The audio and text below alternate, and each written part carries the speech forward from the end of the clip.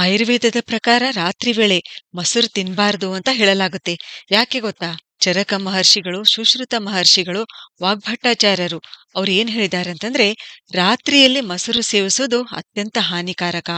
ಒಂದ್ ವೇಳೆ ಮೊಸರು ಸೇವಿಸೋದು ಅಗತ್ಯ ಇದ್ರೆ ಸಕ್ಕರೆ, ಜೀರಿಗೆ, ಬಡೆಸೋಪು, ಪುದೀನ, ಮೆಣಸು, ಹೆಸರುಬೇಳೆ ತೊವೆ, ಜೇನುತುಪ್ಪ, ನೆಲ್ಲಿಕಾಯಿ ಇವುಗಳಲ್ಲಿ ಯಾವುದಾದರೊಂದು ಪದಾರ್ಥವನ್ನು ಸೇರಿಸಿ ಸೇವಿಸಬೇಕು. ಮತ್ತು ಕಾಯಿಸಿದ ಮೊಸರನ್ನು ಯಾವ ಕಾರಣಕ್ಕೂ ಸೇವಿಸಬಾರದು ಅಂತ ಹೇಳಿದ್ದಾರೆ.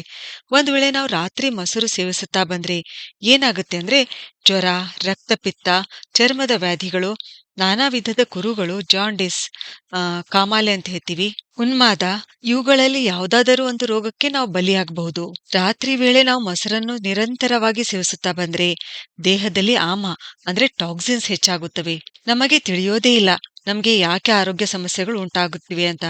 ನಿಜ.